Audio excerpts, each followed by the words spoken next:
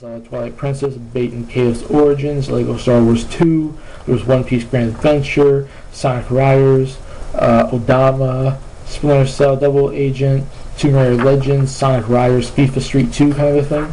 Got quite a bit of support, not as much as, let's say, the NES and Super Nintendo, but a huge improvement over the 64. And now that leaves us with the Wii in 2012, and the only confirmed games we so far know are Mario Party 9, which releases I think in March, Xenoblade Chronicles in April, Epic Mickey 2 later on this year sometime, Rhythm Heaven Fever I think is in March as well, WWE Brawl will probably be around April or so, like around E3 time. I mean around WrestleMania time actually. I say E3.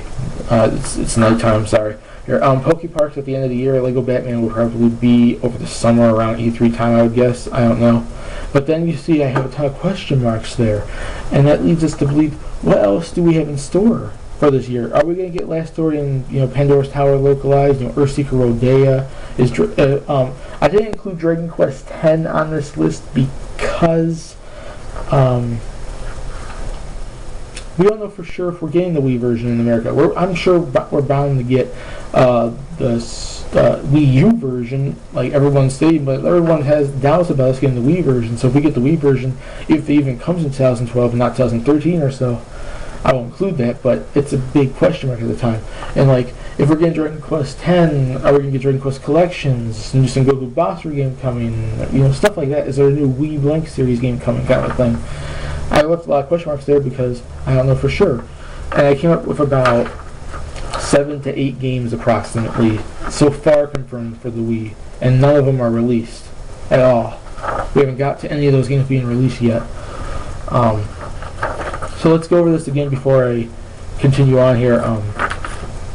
The NES in 1991 got about 20 to 30 good games in its last year. The Super Nintendo in its last year got about 12.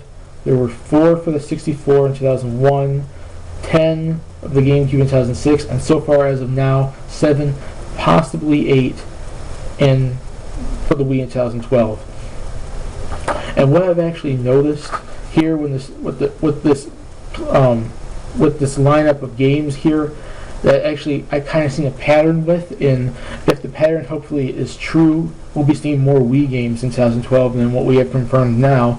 Basically how I see it is, when it came to the NES, it got a ton of support at the end. That was like, it got a ton of support, a ton of games. It lowered down with the NES, but it was still good. I mean, with the Super Nintendo, but it was still good.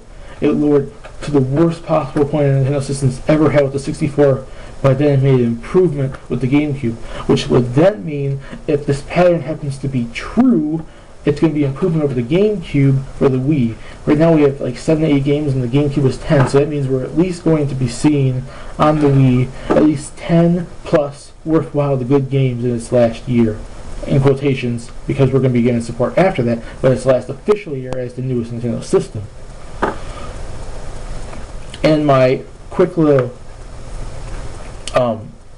part to this is, how long were these systems supported after their ending year before the new system comes out? Well, researching that a little bit more, I found out that the NES was discontinued in North America around 1995. It got support in games through 1992 to 1994. And looking up at the games there, it got support after. It got quite a bit of games. It got a lot of support after. It got games after.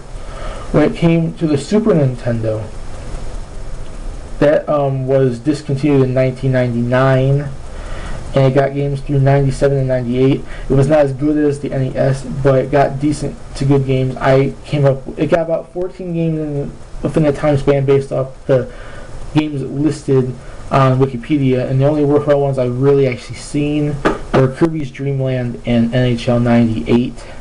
So it didn't get a whole lot. Like the NES had more worthwhile games in its last year, but the SNES was okay. When it came to the 64, it was discontinued in 2003, but it didn't really get many games past 2001. The only got one game as far as I have seen in 2002, and it was Tony Hawk Pro Skater 3. And that was a horrible. I mean, it was pretty much, the system was dead right when the GameCube came out. They didn't support that thing at all, like the NES and Super Nintendo.